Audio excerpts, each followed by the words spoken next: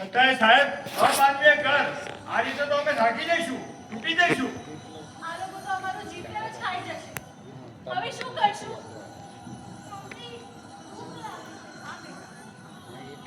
સરદાર સાહેબ, આનો તમે જ કોઈ ઉપાય બતાવો. અમે અમારું ઘર છોડીને બાળકોની સાથે આવી ગયા છીએ. હવે તો તમારો જ આશરો છે. ભાઈઓ અને બહેનો, આપણે નબળા નથી. અંગ્રેજોની આ અન્યાય નીતિ સામે આપણે અહિંસાના હથિયારથી લડીશું. કોઈ પણ કર નહીં ચૂકવીએ. જેલમાં ધકેલશે તો પણ સહન કરીશું. જમીન જપ્ત કરશે તો પણ પાછા નહીં પડીએ. અન્યાય સામે માથું નમાવવું નહીં. હા હા, અમે નહીં ચૂકીએ. હા હા, હવે નહીં ચૂકીએ.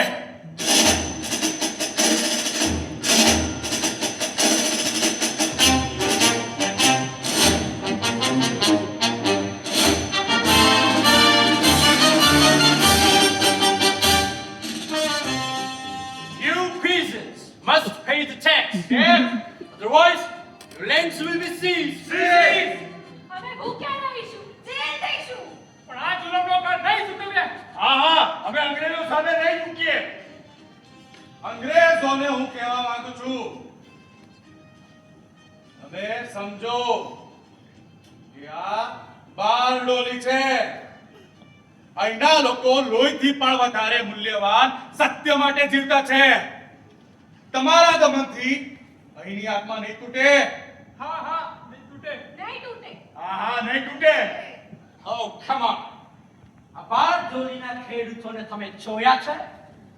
ભૂખ્યા રહે છે, જેલ સહે છે, પણ કર ચૂકવવા તૈયાર નથી. આપણે આ લોકોની જમીન જપ્ત કરી, આ લોકોના ઘરો તોડી પાડી, તોય આ લોકો તૂટતા નથી. Look at this. સ્ત્રીઓ સામે આવીને ઉભરાય છે. Yes sir, you are right. આ તો હવે ખાલી કરનો મુદ્દો નથી. આ તો એક નેતા સરદાર પટેલ જેઓએ બાર તોડીને લોખંડની સાંકળથી બાંધી દીધું છે. આ લોકો અહિંસાથી લડી રહ્યા છે. આપણે આમના પર વધારે દમન કરીશું તો આ દેશમાં ભભૂકી ઉઠશે. અરે લંડન સુધી આનો અવાજ જશે. Yes sir, you are right. હવે આપણા પાસે બીજો કોઈ રસ્તો નથી. હવે કર વધારો પાછો ખેંચવો જ પડશે. Yes sir, you are right. આહાર અંગ્રેજોની નથી, આ જીત ભારતીયોની છે. સત્ય અને એકતાની જીત. Yes sir, you are right. What's right? Rubbish.